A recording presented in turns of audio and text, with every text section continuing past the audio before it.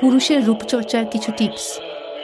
১. আপনার চোখকে উজ্জ্বল রাখতে বেগানা নারী এবং হারাম বস্তু দর্শন থেকে চোখ নামিয়ে নিন, এতে আপনার চোখ ঝকঝকে ও মন পরিশুদ্ধ থাকবে। ২. আপনার চেহারাকে সুন্দর ও উজ্জ্বল করতে কমপক্ষে দিনে ৫ বার অজু করুন। ৩. নিজেকে আত্মবিশ্বাসী দেখাতে সবসময় আল্লাহকে স্মরণ করুন এবং ন্যায়নিষ্ঠ থাকুন। ৪. পুরুষদীপ্ত চেহারার জন্য দাড়ি বড় করুন, গোঁফ ছেটে রাখুন, নারীসুলভ কমনীয় গাল আপনার জন্য শোভনীয় নয়। ৫. একই সাথে মজবুত ও সংবেদনশীল ব্যক্তিত্বের অধিকারী হতে অন্যায়ের প্রতিবাদ করুন, দুর্বলকে সাহায্য করুন।